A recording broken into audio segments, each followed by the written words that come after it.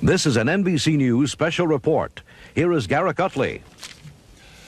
Good afternoon. The United States this afternoon acknowledged that a missile from an American ship in the Persian Gulf shot down accidentally an Iran Air passenger plane with 290 people on board.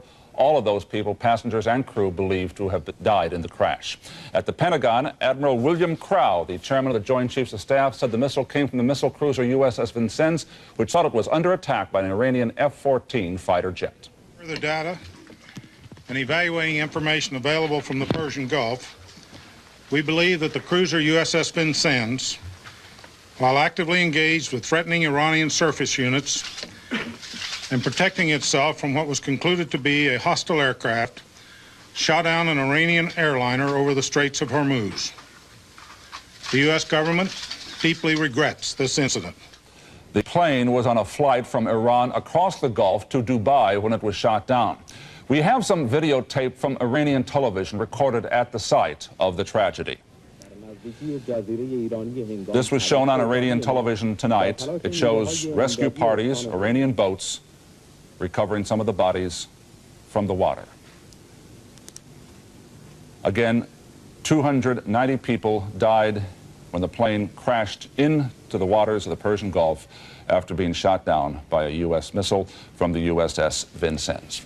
Our Pentagon correspondent Fred Francis is in Washington in our bureau there. Fred, many people remember when KAL 007 was shot down in 1983 by the Soviet Union. It was said that kind of an accident could not happen with our equipment because it was so sophisticated. Do we have any idea what did go wrong today?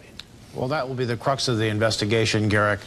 The United States, the USS Vincennes, the most sophisticated missile cruiser, not just in the U.S. fleet, but in the world today, is supposed to have the kind of system, it's called the spy radar system, which can discern at 250 miles range the difference between an airliner and a fighter. But as Admiral William Crowe, the chairman of the Joint Chiefs, said, the difference in this case was that an aircraft flying outside its air corridor, he said, at a constant bearing and a high speed coming right at the ship, that the captain of the ship thought his ship was threatened and fired. And underlying all of this is the memory of most captains in the Persian Gulf of the USS Stark in 1987. The captain of that ship and the combat control system of that ship watched an Iraqi fighter coming straight at it for several minutes. And when it got within 10 miles of the ship, it still did not turn on its weapon system. And of course, the Stark was hit. 37 U.S. sailors died. And ever since then, U.S. captains in the Persian Gulf have said they will not wait that long again. This ship, at 10:47 Persian Gulf time, was closing on the Vincennes, the A300 Airbus. The captain of the ship repeated his warnings to identify yourself. Admiral William Crowe of the Pentagon said the Iranian airliner did not identify itself.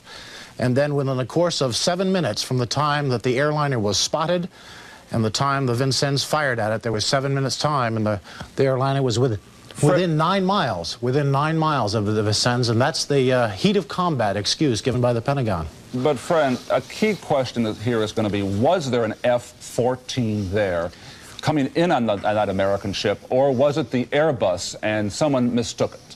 Well, Admiral William Crowe, the chairman of the Joint Chiefs, said, Garrick, that there was some classified data that he could not reveal that gave the captain of the USS Vincennes every indication that it was not an Airbus but an F-14. Now, maybe the United States had some intelligence that an F-14 was going to be in that area. Maybe the United States just assumed that because this Airbus took off from a similar base that it was an F-14.